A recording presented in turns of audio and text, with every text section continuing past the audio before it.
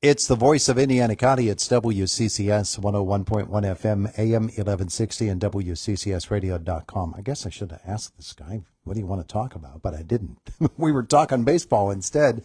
Indiana County District Attorney Bob Manzi joins me in the studio this morning. Our conversation is brought to you by Marcus & Mack, voted best personal injury law firm in the Best of Indiana County contest. Marcus & Mack, a law firm representing injured people. I have told folks, Mr. DA, that we have a guy coming on, a Fox expert who is a marijuana advocate, but wants to talk about how some people who like to get high are turning to marijuana or THC gummies or whatever it happens to be, because it's harder for police to detect drunk driving when it's not alcohol involved. It's a much more difficult task. And I thought, well, that's something I do want to ask you about, because we've had Trooper Greenfield in here and others talking about it. You have talked about it in the past as well.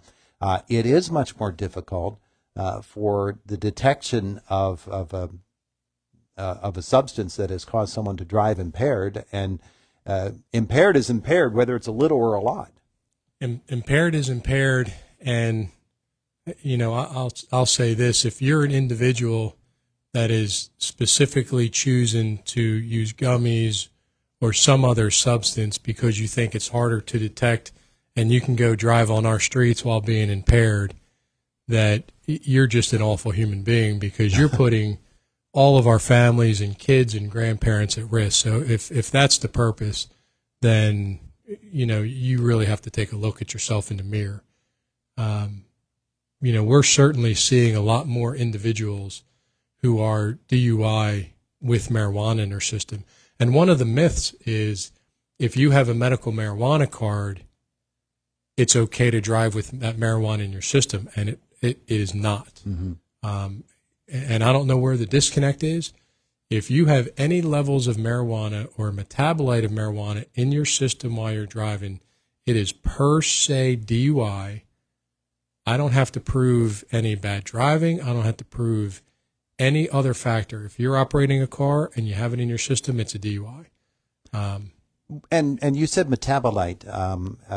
That's the lingering effect of it being in your system. So it's not just I had it 6 hours ago, I'm fine now. That metabolite, it sticks around. It sticks around, and one of the differences is, if you have a beer, alcohol is water soluble, so it processes through your body a lot quicker, and the effects of it is out of your system a lot quicker. With marijuana, it's fat soluble, and it stays in your system longer. Not only does it stay in your system longer, but studies have shown that your reflexes are substantially reduced 3 to 5 days after you took marijuana. So so you might not feel the same high, mm-hmm. but studies have shown that your reflexes are significantly reduced. So when you need to brake all of a sudden because something's going on in front of you, or you have to take some action in your car that requires a quick reflex, your reflexes are harmed, and that's what's causing DUI crashes. And in every state where we see marijuana legalized, that's one of the effects, is you're seeing a spike in DUI-related crashes where the individual had marijuana in their system. Well, unfortunately, when you get to that case, it's after the violation has occurred, or after something worse than the violation has occurred. An accident has occurred as a result of the violation. How are police handling it? What can they do, or are they doing things differently now to try to detect marijuana usage? Well, a lot of it comes to just advising people about it, wanting to get that word out, because there is some disconnect that people believe, if I have a medical marijuana card, I can drive in the system. We want to get that information out there, because I really do think most people do not want to drive intoxicated. And if most people learn that, they take precautions. So one is that education factor, getting that out to people. Now, there's a lot of trainings that all our officers are going to in order to be able to detect all the effects of marijuana in its various forms. So, you know, we have our field sobriety tests, we have our A-rides, we have DREs, which are drug recognition experts, that we're able to call out on the scene. So the police are able to detect it. They do know what it looks like. It's certainly not something that they haven't seen before in the past. Yeah. I'm talking with Indiana County District Attorney Bob Manzi. Now, I hijacked the segment right at the start, but I did want to get to as well. You've had some cases that have wrapped up in Indiana County Court lately, and they've resulted in some pretty stiff penalties against perpetrators. We have some good cases that are wrapping up. We have some good arrests that have just happened. We just had a case where the individual from New Jersey presented a scam to somebody in Homer City. We were able to convict him of felony criminal attempted theft. Fortunately, he didn't get any of the money.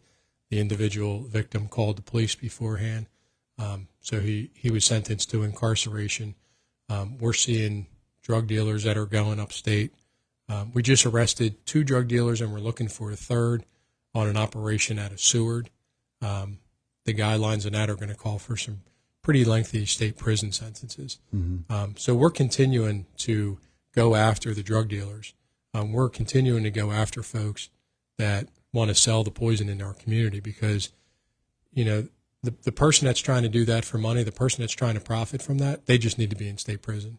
Yeah. The individual that's fighting their addiction, we're trying to get them treatment. Yeah. The case that you just referenced, the bust that came earlier this week, all you need to do is look at the picture. You see guns, you see rolls of money, and you see drugs all spread out before you. That's actually happening right here on the streets of Indiana County, just as we think, oh, that's big city stuff. We don't have to worry about that. But those just as dangerous and maybe even more so in our community. If somebody is out there and they're involved in that, we got to get them off the streets. Yeah, 100%. Our law enforcement, especially our drug task force that is comprised of all of the various departments through the county, you know, that's who we're going after. And we're not just going after the cases here in Indiana Borough or White Township. Our drug task force is tasked and has been tasked since I took office in 2020 as a county task force to go after drug dealers throughout the county. We were in Seward. We've been in Robinson. We've been in Clymer. We've been in Homer City, Blairsville. We are going everywhere. This last bust was an operation where we had members of the community. They were able to call us, provide us with some confidential information. They believe there was something fishy going on at this house. Mm-hmm. We gave that information to our task force. We were able to conduct some confidential informant controlled purchases. And then last Friday morning at 6:30 in the morning, we woke them up by kicking in their door and making an arrest and finding 4 guns. At least one of them was stolen. And we confirmed that somebody from Pittsburgh gave it to the local drug dealer in exchange for drugs.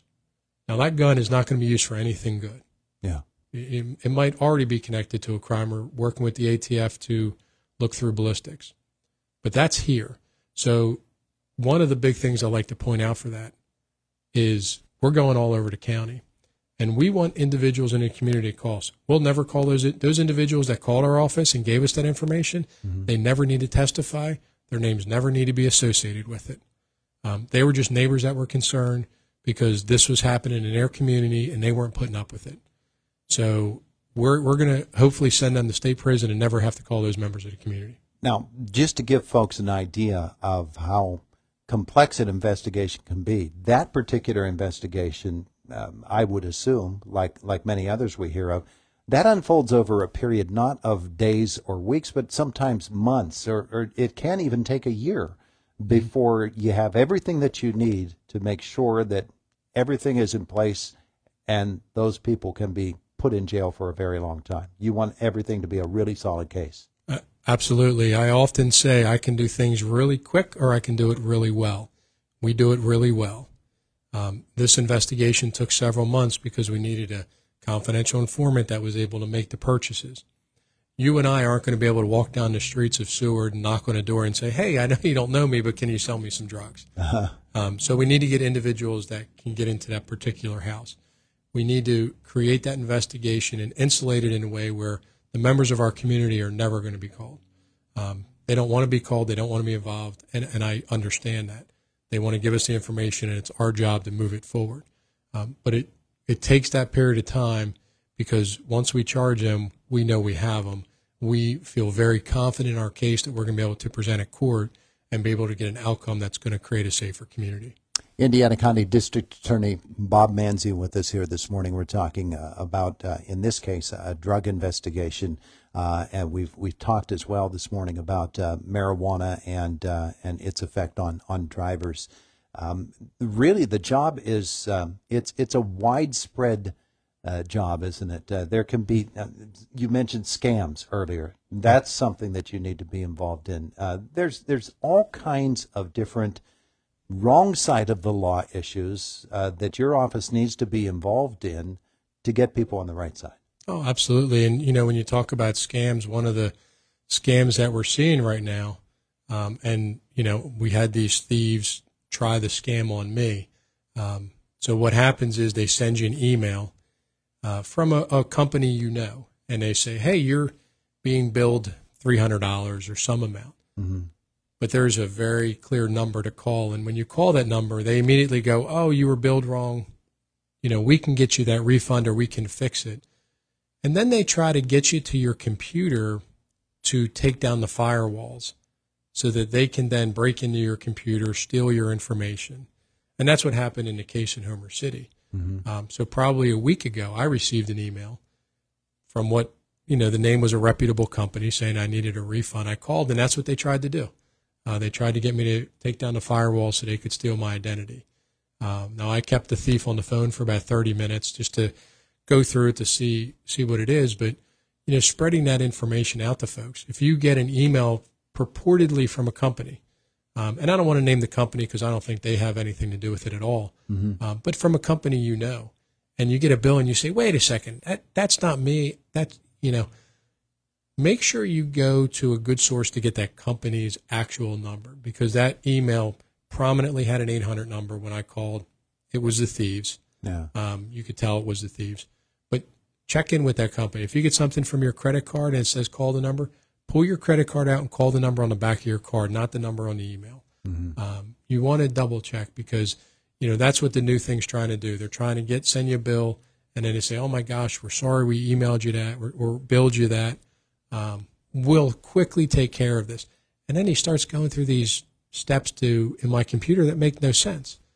That's what he's trying to do. He's trying to gain access to the computer to steal my identity, steal my banking information. Mm-hmm. So be very, very wary of any emails or texts where it says you're being billed an amount that you shouldn't be billed. It's interesting. We had another scam case in which the person actually came to pick up money from somebody.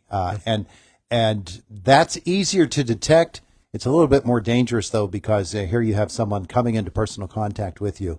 But the more common scam is the one where the one that you're describing, because that's somebody who has no personal contact with you. It's all electronic, and it's all designed to get into your bank account. It's all designed to get your information, steal your money in any which way. They're going to try 10,000 people a day. And if they get one person, that's money that they've stolen. And these thieves are good at what they do. So that's why, you want to take those extra steps. If you're not to be billed something, call the company at a reputable number, check for the good number, where you're calling from, the 800 number on the back of your credit card, the number on a bill. Don't just trust the phone number that's in that email, because that's what that scam is. They send you somewhere where you shouldn't be. He's Indiana County District Attorney Bob Manzi. Thanks for the visit. We appreciate it. Thank you very much, Todd. I appreciate it. It's the voice of Indiana County, WCCS 101.1 FM, AM 1160, and WCCSradio.com. Boomer Sports next.